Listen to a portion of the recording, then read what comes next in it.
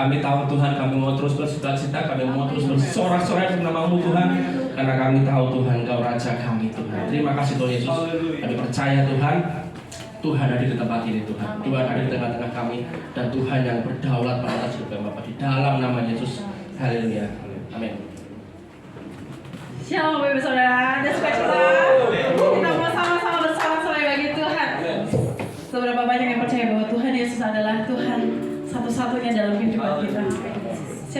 Berapa banyak orang yang percaya di tempat ini bahwa Tuhan Yesus Allah yang tinggal di dalam hidup kita. Amin. Kalau Yesus tinggal di dalam hidup kita harus seperti apa dong? Harus seperti Yesus. Harus seperti Yesus.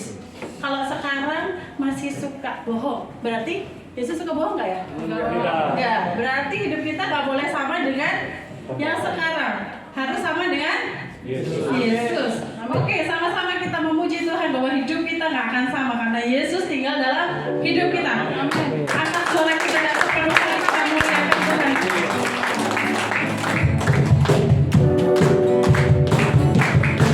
Mari kita bagi Tuhan. Mari kita bagi Tuhan. Satu-satunya.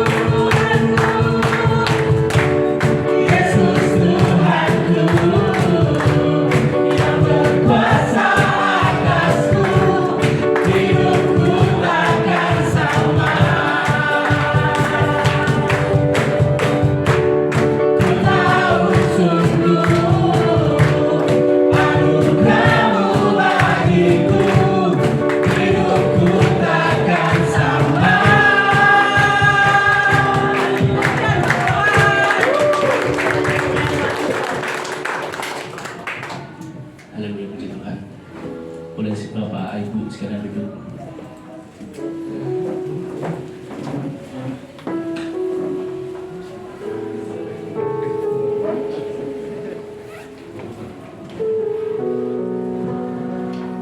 Bapak kita Bapak yang mengenal setiap hidup setiap kita.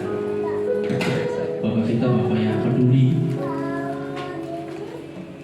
baik masa lalu kami, baik masa depan kami. Satu hal kami mau percaya Tuhan, hanya itu bagian kami Tuhan.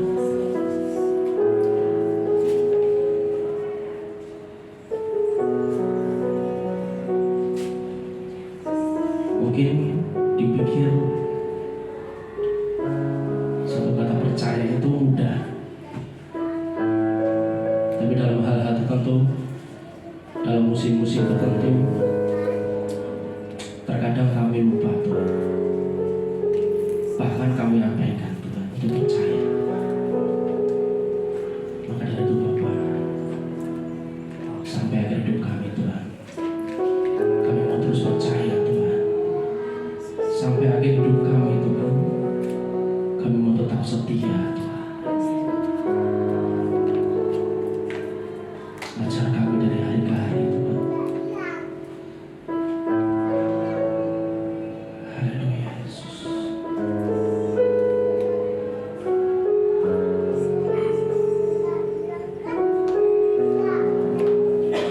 kasih Tuhan.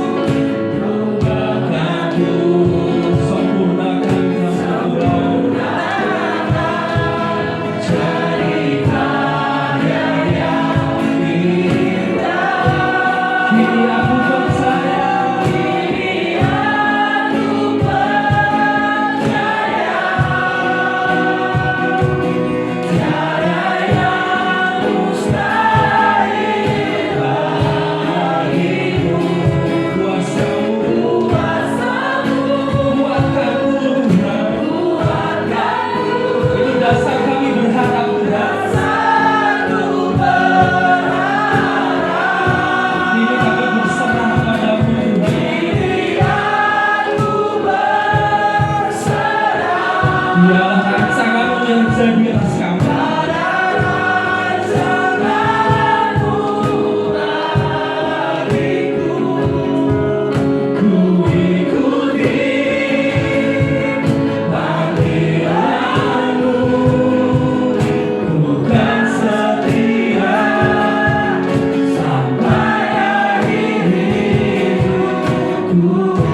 Saya undang jemaat kembali berdiri. Kita mau sama-sama pujikan dengan segenap hati kita.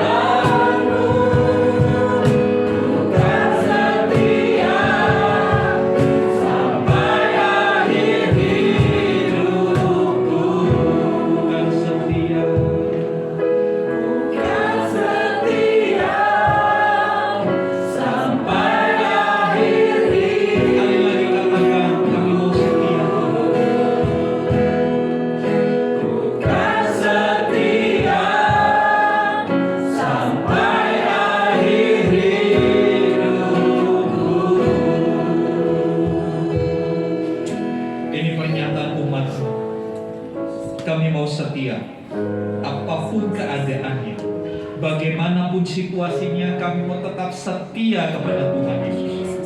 Karena Tuhan Yesus lebih dahulu setia menyertai kami. Terima kasih Tuhan. Terima kasih. Sekarang saatnya Tuhan menyatakan isi hati-Mu. Kebenaran firman-Mu yang sebentar disampaikan oleh hamba-Mu. Biarlah setiap kami membuka hati kami. Kami mengarahkan perhatian kami, konsentrasi kami. Kami bisa memahami kebenaran firman Tuhan. Mari Roh Kudus bekerja di antara kami. Buat mengerti hati Bapa, supaya kami tidak salah melangkah selama kami hidup di dunia ini. Berkati hamba-Mu yang sudah Tuhan persiapkan, sehingga dengan keberanian, dengan otoritas Allah, hamba-Mu menyampaikan kebenaran itu tanpa ada yang dikurangi, tanpa ada yang ditambah, tepat seperti yang Tuhan kehendaki. Terima kasih Tuhan. Berkati saudara-saudara kami yang sudah membawa kami masuk dalam ujian penyembahan. Apapun yang mereka sudah persembahkan kepadamu, itu tidak akan kembali dengan sia-sia. Jerih payah mereka di dalam Tuhan tidak pernah sia-sia. Terima kasih Tuhan. Di dalam nama Tuhan Yesus kami berdoa. Haleluya. Amin. Amin. Silakan duduk Bapak Ibu Saudara. Terima kasih untuk tim Present Worship yang sudah melayani kita. Puji Tuhan, saudara yang dikasih Tuhan, hari ini bersukacita sekali bersama dengan kita hadir pasangan suami istri yang sangat saya kenal dengan baik, ya, Bapak Suwandi dan Ibu Yeni. Dan kesempatan hari ini firman Tuhan akan disampaikan oleh Ibu Yeni. Saya persilakan.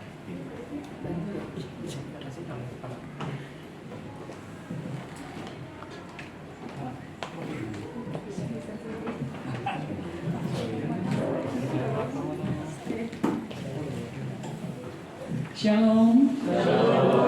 Selamat pagi. Saya lihat wajah-wajah yang tidak saya kenal, belum dikenal ya, tapi kita satu di dalam Tuhan. Pertama-tama saya mengucapkan selamat tahun baru 2023. Begitu banyak berita miring yang menakut-nakuti, tetapi kita sebagai anak Tuhan tidak perlu takut. Kita punya Tuhan yang luar biasa. Tuhan yang bisa mengatasi segala persoalan dalam hidup kita. Salam juga untuk yang sudah lama kenal dan yang belum kenal pun tetap salam kenal. Dalam hidup ini kita akan lihat ya, coba. Tolong dilihat. Apa itu? Anaknya ya? Anak harimau. Lucu sekali ya? Lucu, imut, menyenangkan, membuat orang ingin memegang. Berani pegang? Berani, karena belum ada giginya, belum ada cakarnya yang menakutkan, masih menyenangkan sekali. Gendut lagi ya, lucu sekali. Coba lihat satunya lagi. Wah, tambah lucu lagi. Anak harimau berpelukan dengan anjing kecil. Wah, kayak Teletubbies ya, lucu banget. Masih kecil, masih lucu, masih menyenangkan, membuat kita gemas. Tetapi lihat perubahannya. Tolong. Terus, berubah menjadi menakutkan, berubah menjadi menyeramkan. Mau dekat? Oh, gak mau, takut. Karena giginya, lihat taringnya, tajam. Ini adalah perubahan dari bagus menjadi jelek. Lihat satu lagi. Wah, tambah mengerikan lagi. Siapa mau dekat? Pasti menjauh. Karena menakutkan. Karena membahayakan. Perubahan dari yang baik menjadi jelek. Dalam kehidupan kita sering ada begitu. Seorang anak yang tadinya lucu, manis, menyenangkan, tetapi karena salah didik, karena salah pergaulan, berubah menjadi menakutkan. Kalau ngamuk di rumah, benar-benar menakutkan. Orang tua dilawan, berontak, mencuri, memaksa kalau minta. Ini perubahannya tidak baik. Tapi kita lihat selanjutnya. Coba lihat. Ini apa? Ulat bulu. Mau gang? Enggak kan? Kalau nggak usah pegang, dekat-dekat aja gatel. Bulunya sangat membuat kita gatal. Ada satu yang lebih bagus. Ini mau dipegang kan? Enggak juga, walaupun bagus ya. Hitam, putih, ada oranye. Tapi bulunya itu loh. Bulunya membuat kita gatal. Enggak mau. Bukan hanya membuat kita gatal, tapi ini adalah merusak tanaman. Kalau ada di tanaman, pasti akan digigit, dimakan sampai habis. Jadi ini adalah perilaku yang tidak baik. Tapi coba lihat. Wah, berubah setelah menjadi kepompong ulat yang menakutkan, berubahlah menjadi kupu-kupu yang cantik. Mau pegang? Mau. Mau dekat? Mau. Karena ini indah, bagus. Coba lagi yang lain. Wah, indah juga. Luar biasa ciptaan Tuhan. Tuh, luar biasa. Ada 3 kupu-kupu yang sangat indah, yang menawan, yang membuat kita tertarik, yang membuat kita mau dekat. Ini adalah perubahan yang kedua. Dari jelek, dari merusak, menjadi baik, menjadi indah, menjadi berkat. Karena dia bisa melakukan penyerbukan. Perubahan yang luar biasa, perubahan yang sangat indah. Ini yang kita kehendaki dalam hidup di dunia ini. Kita mau perubahan yang kedua tentunya. Ada yang mau berubah dari yang pertama? Tidak. Kita mau berubah menjadi lebih indah, lebih baik. Kita punya anak juga gitu kan? Maunya anak kita berubah jadi lebih baik. Bagaimana caranya? Itu yang jadi pertanyaan kita. Coba kita lihat. Aku mau berubah menjadi lebih baik. Ayo sama-sama kita ucapkan. Aku mau berubah menjadi lebih baik. Ini yang dikehendaki Tuhan dalam kehidupan kita. Tuhan mau kita semakin hari semakin tambah baik. Bukan fisik ya. Kalau fisik pasti tambah merosot, tambah tua, dan akhirnya mati. Tetapi yang diperbarui adalah yang di dalam. Roh kita di dalam semakin menyerupai Tuhan. Semakin indah, semakin jadi berkat bagi banyak saudara-saudara yang lain. Keindahan yang di dalam akan nampak keluar. Kita baca sama-sama Roma 8 ayat 29. 1, 2, 3. Sebab semua orang yang dipilihnya dari semula, mereka juga ditentukannya dari semula untuk menjadi serupa dengan gambaran anaknya, supaya ia anaknya itu menjadi yang sulung di antara banyak saudara. Yang ditekankan di sini adalah menjadi serupa dengan gambaran anaknya, menjadi serupa dengan Kristus. Kalau dulu Kristus dicaci maki nggak membalas, kita balas nggak? Seharusnya tidak. Emosi ada, masih ada. Tapi kita berusaha dari hari ke hari semakin mengurangi emosi yang ada. Marah masih bisa? Masih. Tapi jangan terus-terusan. Karena kehendak Tuhan adalah kita menyerupai Kristus. Selanjutnya coba. 1 Yohanes 2 ayat 6 dikatakan, barang siapa mengatakan bahwa ia ada di dalam dia, ada di dalam Yesus, ia apa? Baca sama-sama. Wajib hidup sama seperti Kristus telah hidup.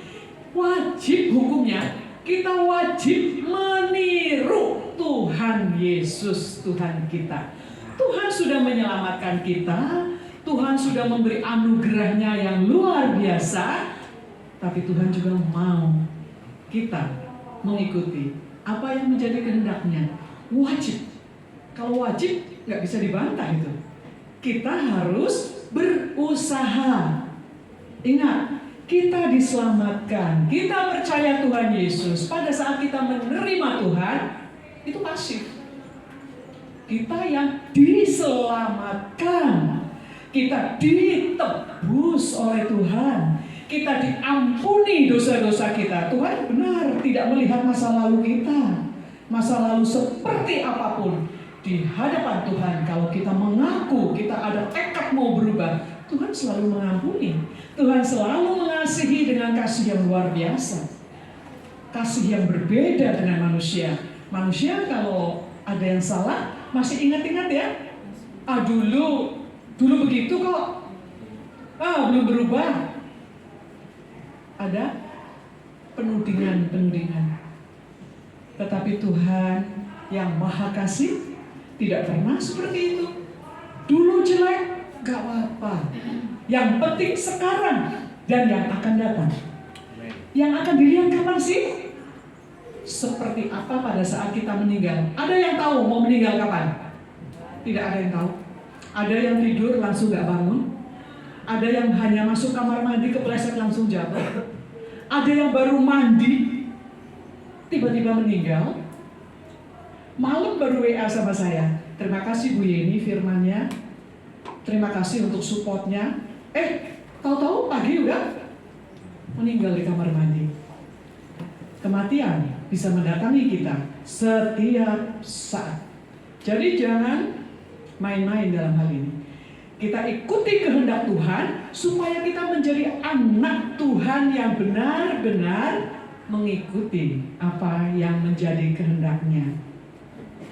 Kita lihat lagi. Nah, bagaimana caranya berubah menjadi lebih baik? Pertanyaan kita begitu kan? Gimana sih ya caranya ya supaya aku bisa jadi lebih baik? Yang pertama biasanya ini, melalui masalah-masalah. Jadi jangan tolak kalau ada masalah datang ya. Karena masalah yang datang dalam kehidupan kita bisa dipakai Tuhan untuk mengubah kita menjadi lebih baik. Masalahnya banyak ya. Bisa terjadi dalam diri kita, disakitin orang. Sedih nggak? Sedih pasti. Marah? Iya. Tapi ingat, apa yang datang dalam hidup kita disakiti, kita dihina, kita disepelekan orang, kita tidak dihargai, kita dicemooh, atau kita sudah baik, tapi balasannya nggak baik. Telan itu, diam, serahkan pada Tuhan. Ada maksud Tuhan. Tuhan akan mengubahkan kita menjadi lebih baik. Ada sakit penyakit? Ada. Kita kan bukan malaikat, bisa sakit.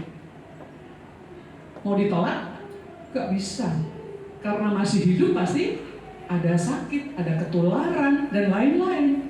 Sampai akhirnya tubuh semakin merosot. Atau apa lagi? Itu kalau terjadi dalam diri kita ya. Tapi bisa juga dalam keluarga inti. Hubungan suami istri yang berantem terus, yang saling menyalahkan, gak nyaman. Atau juga anak dan orang tua yang berontak terus, kakak adik yang tidak akur. Sangat tidak nyaman dalam keluarga kalau seperti itu. Kemudian keluarga besar. Kita kan gak sendiri ya. Ternyata kalau kita menikah dengan seseorang, kita akan ketemu juga dengan keluarga besarnya. Keluarga besar yang kadang-kadang sangat berbeda dengan kita. Yang tadinya di keluarga kita tenang, diam. Masuk ke sini, galak banget ya. Aduh, kok ngomongnya kotor ya? Oh, kasar ya. Tapi itu kenyataan yang akan kita hadapi. Karena kita ketemu dengan keluarga besar yang berbagai macam sifat karakternya. Diterima? Harus. Karena itu pun bisa membuat kita menjadi semakin kuat. Ada maksud Tuhan. Tuhan izinkan, bukan Tuhan jahat ya. Bukan Tuhan tidak baik. Tetapi masalah yang datang dalam hidup kita, Tuhan izinkan karena Tuhan punya maksud yang baik. Supaya kita menjadi lebih baik lagi. Kemudian, di tempat kerja ada masalah, sikut-sikutan, saling iri. Wah, sering begitu ya. Aduh, kesel rasanya ya. Belum lagi ketemu atasan yang kualanya minta ampun. Sudah kerja benar kok masih disalahkan. Kesel sekali. Atau teman kerja, anak buah. Nah gua tidak mendukung.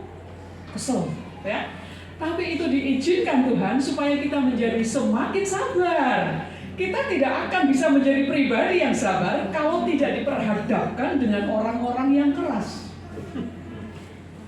Jadi Tuhan izinkan supaya kita berubah menjadi lebih baik. Di lingkungan dan di gereja sama. Gereja juga bukan malaikat. Masih tetap ada yang marah, masih ada yang emosi, macam-macam. Makanya perlu saling mendoakan.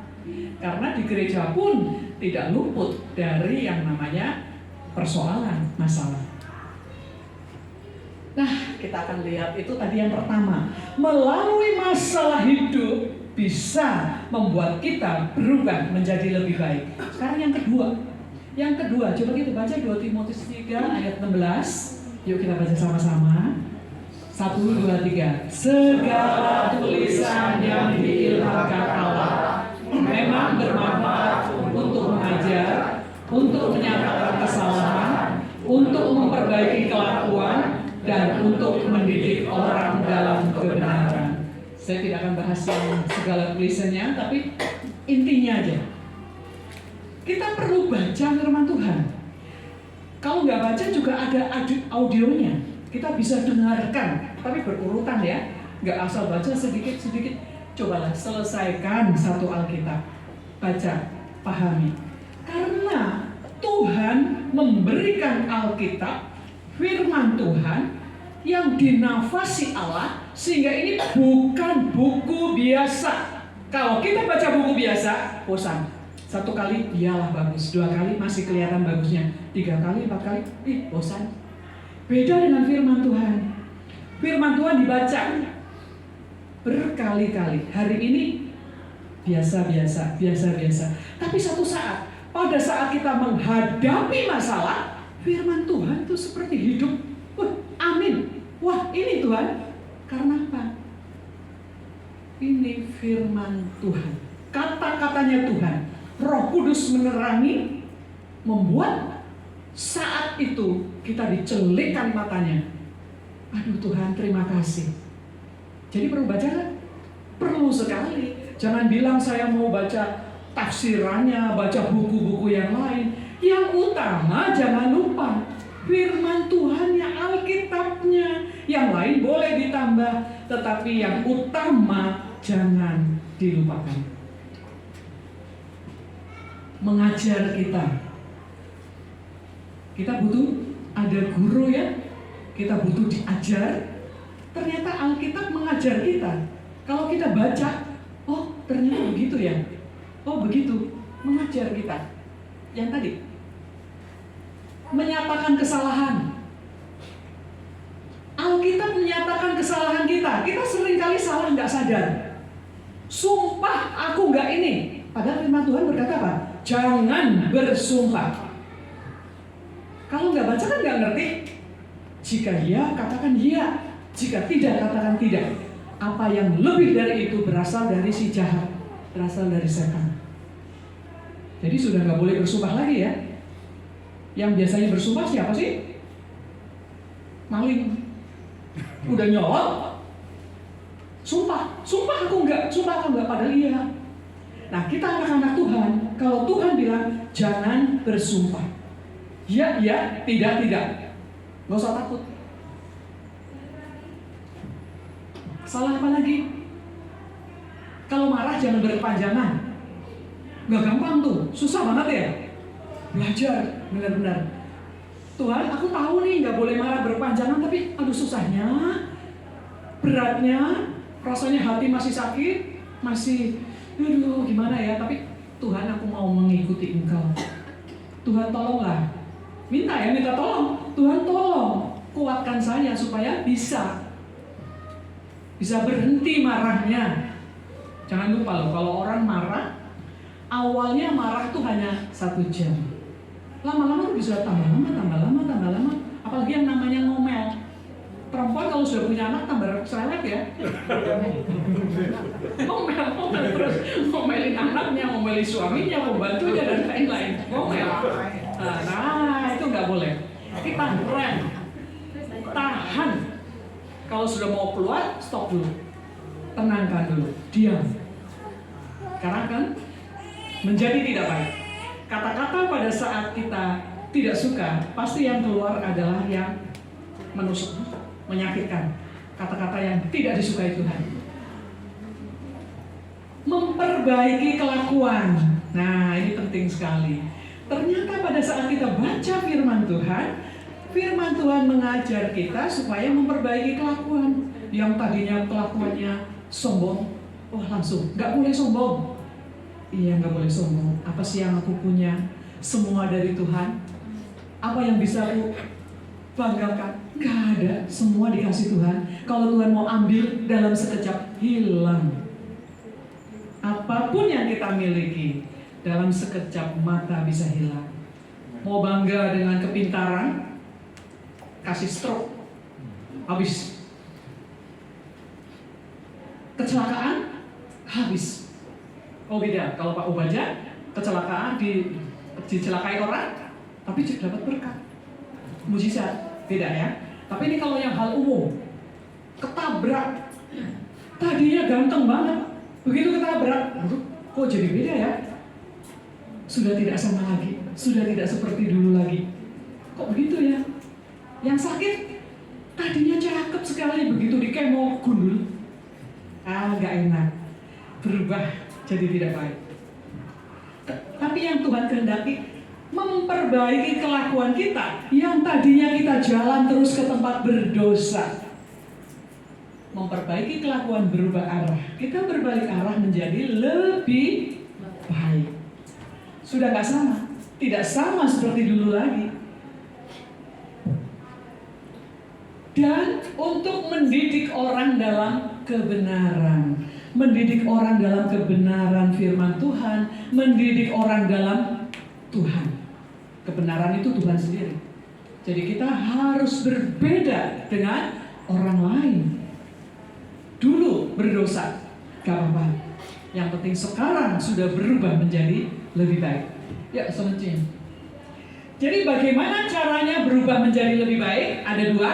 Apa? Yang pertama, melalui masalah. Yang kedua, melalui pembacaan Alkitab setiap hari. Baca, catat, lakukan. Nggak diam di situ. Wah, aku baca nggak ngerti. Jangan lupa, kita punya Roh Kudus. Roh Kudus akan memberi penerangan kepada kita sehingga kita tahu apa sih ini maksudnya. Tahu. Dan setelah tahu, tidak berhenti di situ, tetapi Roh Kudus akan memberi kemampuan kepada kita untuk melakukan. Beda ya, orang yang belum percaya dengan kita yang sudah percaya. Sama-sama diperhadapkan dengan dosa yang sama. Pada saat orang yang belum percaya Yesus, yang belum menerima Tuhan, dosa datang, nggak bisa nolak. Ya, karena masih budaknya dosa. Hamba dosa. Hamba sama aja dengan budak dosa. Kalau budak, pasti nggak bisa nolak kepada dosanya, nggak bisa. Tetapi kita sudah dibenarkan di dalam Tuhan, kita sudah beda. Kita sekarang hamba kebenaran. Kalau hamba kebenaran, begitu dosa datang, kita bisa berkata tidak. Bisa jatuh dalam dosa? Bisa, kalau kita tidak tolak. Padahal Tuhan memberi kemampuan kepada kita untuk tidak terhadap dosa, untuk menolak dosa. Aku tidak mau seperti itu. Aku milik Tuhan. Aku sudah dibenarkan. Aku harus jadi orang benar. Jangan benarnya hanya statusnya saja. Status kita di dalam Tuhan, orang benar. Tetapi tingkah laku kita sehari-hari harus benar juga. Kemudian, dari dua ini, pikiran ini penting sekali. Pembaruan pikiran itu dengan firman. Firman yang memberi pembaharuan, penyucian. Firman Tuhan perlu dibaca kapan? Setiap hari. Setiap hari, bukan hari Minggu aja ya. Setiap hari. Bukan hanya dibaca, direnungkan. Apa sih maksudnya Tuhan? Oh begini. Terus dijalankan. Kemudian Roh Kudus yang akan menerangi sehingga kita bisa mengerti. Kita nggak bisa mengerti sendiri, tetapi Roh Kudus akan memberi pengertian dan diberi kemampuan menerapkan. Yang penting kan penerapannya kan. Orang dunia, orang luar melihat kita melalui apa? Perbuatan kita, sikap kita, tutur kata kita. Banyak orang bisa menjadi percaya karena apa? Melihat. Bukan karena penginjilan ya. Penginjilan iya, tetapi yang pertama dilihat adalah kitanya loh. Kitanya seperti apa? Kalau kitanya judes galak, yang mau mendekat aja udah takut. Ya. Jadi dari wajah ada damai, ada sukacita, ada kasih Tuhan. Dari kata-kata juga mulai dikendalikan.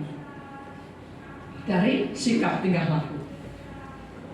Pembaruan pikiran melalui firman Tuhan tidak bisa digantikan dengan apapun. Itu catat, itu penting sekali. Tidak bisa digantikan. Karena firman Tuhan adalah firman-Nya Tuhan yang harus jadi pegangan kita setiap hari. Kemudian, pembaharuan pikiran dengan mengisi pikiran yang benar. Karena apa? Setan menyerang pikiran manusia. Setan akan datang dalam wujudnya yang menakutkan? Tidak. Setan tidak akan nakut-nakutin kita begitu. Kalau muncul, kita kan tinggal tolak. Dalam nama Tuhan Yesus pergi. Kita kan berkuasa. Karena ada Tuhan di dalam kita. Sehingga kalau kita nolak dalam nama Tuhan Yesus, setannya pergi. Tetapi setan itu pintar. Dia tidak akan mengganggu kita dengan wujudnya yang menakutkan. Tetapi dengan memasukkan pikiran. Pikiran, bahaya sekali ya. Pikiran menjadi tempat di mana setan memiliki akses atau jalan untuk menguasai seseorang. Kalau pikirannya sudah kena, semuanya akan kena. Perasaannya kena, sikapnya kena. Akhirnya kita melakukan kejahatan. Isi pikiran dengan hal-hal yang benar dan suci, sehingga setan tidak punya kesempatan. Kalau sudah mulai ada pikiran-pikiran yang tidak baik, tolak. Setan berjalan keliling seperti singa yang mengaum-ngaum, mencari orang yang bisa ditelan. Lawan dia dengan iman. Kemudian, ini penting kita baca sama-sama. Yuk, 1, 2, 3. Jadi akhirnya saudara-saudara semua yang benar, semua yang mulia, semua yang adil, semua yang suci, semua yang manis, semua yang sedap didengar, semua yang disebut kebajikan dan patut dipuji, pikirkanlah semuanya itu. Ini yang harus dimasukkan ke dalam pikiran kita. Kalau ada yang tidak benar, boleh dimasukkan? Tidak, keluarkan. Kalau ada yang tidak mulia, mikirnya setan, ada apa? Guna-guna, ada macam-macam, nggak usah itu. Kita berkuasa melawan kok. Kalau ada yang tidak adil, yang tidak suci, masuk ke pikiran, gerombolan ini lagi bicara hal-hal yang kotor, yang najis, boleh kita nimbrung? Enggak, kita beda. Harusnya kita bisa menyingkir. Jangan terpengaruh. Pergaulan yang buruk merusak kebiasaan yang baik. Kitanya yang menjaga. Kalau ada yang tidak manis, yang pahit, yang menyakitkan, masukin pikiran, dasar nih, aku terus disakiti. Aduh, aku tuh sudah nggak tahan. Sedih kan? Tolak. Wah, orang ini kok jahat banget sih ya? Boleh mikir gitu? Urusan mereka dengan Tuhan, bukan dengan kita. Kita tidak boleh melawan. Kita tidak boleh membalas. Pembalasan hak Tuhan. Yang tidak sedap didengar, buang. Tapi pikirkanlah semua yang baik ini. Yang boleh dimasukkan ke pikiran kita adalah yang berwarna. Kita baca lagi sama-sama, yang apa? Yang benar, yang mulia, yang adil, yang suci, yang manis, yang sedap didengar, yang disebut kebajikan dan patut dipuji. Masukkan itu dalam pikiran kita setiap hari, supaya tidak diisi oleh pikiran-pikiran dari si jahat.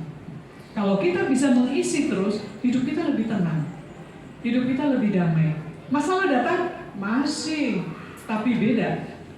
Orang yang kuat di dalam Tuhan dengan orang yang tidak mengandalkan Tuhan berbeda sekali. Masalahnya masih sama. Tuhan izinkan masalah untuk apa? Proses supaya kita semakin indah. Proses supaya kita naik kelas. Supaya kita semakin dewasa di dalam iman. Matang di dalam iman. Kalau kita nggak pernah punya masalah, kita nggak tahu Tuhan menolong. Tetapi dengan adanya masalah, kita melihat yang lalu kita, wah luar biasa. Tuhan menolong kita, luar biasa, ajaib, nyata. Bukan kata orang, oh dia ditolong. Lah kamu gimana? Kitanya, Tuhan aku pernah merasakan ditolong Tuhan. Penting sekali. Kesaksian pribadi kita membuat kita semakin yakin, semakin nyata Tuhan ada. Yang membuat kita yakin, membuat kita sungguh-sungguh di dalam Tuhan adalah pada saat kita merasakan sendiri. Tuhan itu ada, Tuhan itu bisa menolong, Tuhan itu maha kuasa, Tuhan itu maha besar. Tuhan lebih besar dari masalah kita. Mari kita coba lihat. Mari kita mengubah diri mulai kapan? Sekarang. Jangan besok lah. Nantilah bulan depan. Jangan salah. Kita nggak tahu kapan kita selesai. Kita nggak tahu kapan kita mati kan? Tiba-tiba besok-besok, wah udah habis malam ini. Jadi mulainya kapan? Sekarang. Mulailah sekarang.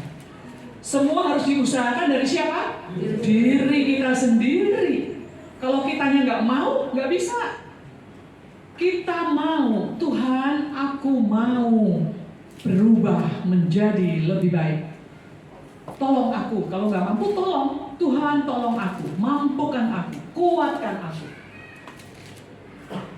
Jadi harus diusahakan sendiri. Tuhan pasti tolong kalau kita sudah punya tekad. Tuhan Roh Kudus pasti menolong. Tapi kitanya dulu yang melangkah. Langkah iman. Ingat waktu menyeberang sungai Yordan, airnya masih gak ada tanda-tanda kering, tapi iman melangkah dulu, baru air itu berhenti mengalir. Kita juga sama ya, di dalam kehidupan kita kalau kita punya masalah, langkah iman dulu, nanti mujizat akan datang. Kuasa Tuhan akan dinyatakan. Apa yang menjadi prioritas untuk diubah hari ini, ke depan, sampai akhir hidup kita, itu harus ada. Saya mau berubah mengendalikan emosi. Saya mau berubah bisa memaafkan. Saya mau berubah lebih baik lagi. Apa sih yang masih sulit diubah? Catat ya. Aduh ini aku sulit banget ini kalau begini nggak bisa. Itu Tuhan bergumul di situ. Mampukan aku supaya aku bisa. Tekad dulu. Apa yang masih sulit diubah? Bisa aja hubungan suami istri, orang tua anak, saudara kandung. Jangan pikir saudara kandung bisa baik terus, tidak selamanya. Kalau disakiti biasanya juga jadi benci. Ya, tapi itu tidak boleh. Karena kalau kakak adik saudara kandung bermusuhan, yang paling sedih adalah hati seorang ibu. Kerjasama dengan rekan kerja, atau sulit mengendalikan kata-kata. Kata-katanya keluarnya terus menyakitkan. Kata-katanya terus membuat orang lain terpuruk. Kendalikan. Mengontrol kemarahan. Kalau itu sulit, tulis. Tuhan mampukan aku untuk mengendalikan, mengontrol kemarahan. Suka bertengkar? Gak boleh loh. Hamba Tuhan tidak boleh bertengkar. Hamba Tuhan siapa sih? Kita semua kan? Kita semua hamba Tuhan. Jadi kita semua tidak boleh bertengkar. Atau penuh kekhawatiran, ketakutan. Sedikit-sedikit, takut, khawatir. Itu harus dirubah. Kalau kita takut, akan terjadi. Ubah dengan iman. Aku percaya Tuhanku lebih besar. Aku percaya Tuhan bisa menolong saya. Aku percaya ini diizinkan. Pasti ada maksud yang baik. Hal-hal yang kelihatannya jelek bisa dipakai Tuhan untuk memuliakan nama Tuhan kemudian hari. Jadi kalau pada saat datang sedih, sebentar sedihnya, tapi langsung ingat iman. Munculkan iman. Aku percaya di balik ini ada sesuatu yang indah, yang belum aku lihat, tapi pasti karena Tuhanku Tuhan yang dahsyat, Tuhanku Tuhan yang luar biasa. Kita kembali, pokok bahasan kita nih hanya ini loh. Aku mau berubah menjadi lebih baik. Melalui masalah sehari-hari, kita akan berubah jadi lebih baik. Melalui pembacaan Alkitab setiap hari, bisa menjadi lebih baik. Pikiran harus diperbaharui terus dengan firman Tuhan. Dicuci dengan firman Tuhan. Masukkan hal-hal yang benar dan suci. Saya minta tolong untuk singer membaca, menyanyikan lagu Aku Berubah. Biarlah lagu ini menjadi tekad.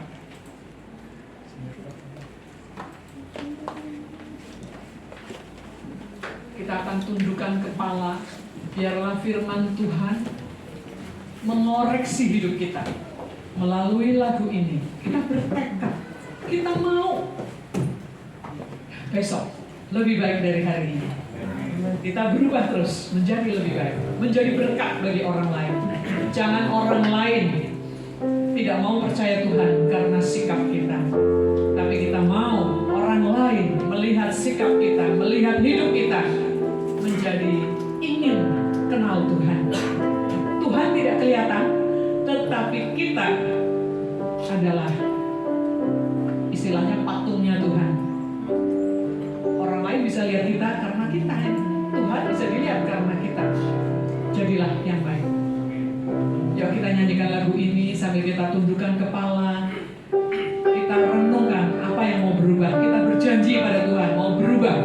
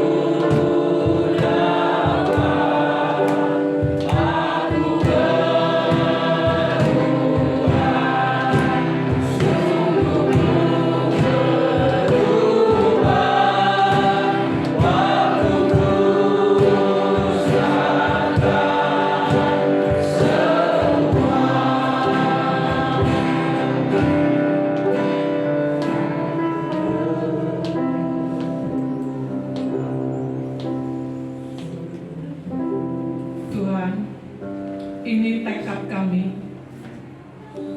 mau berubah menjadi lebih baik. Ampuni kami ya Tuhan, kalau selama ini kami menyakiti hati Tuhan, kami tidak menyenangkan Tuhan, karena kami tidak seturut kehendak Tuhan. Biarlah melalui kesempatan ini, kami mau berubah. Kami mau menjadi lebih baik. Kami mau mengikuti kehendak-Mu, supaya dalam hidup kami ini menjadi berkat bagi orang lain. Ya Tuhan, biarlah firman Tuhan yang sudah disampaikan bisa mengubah hidup kami.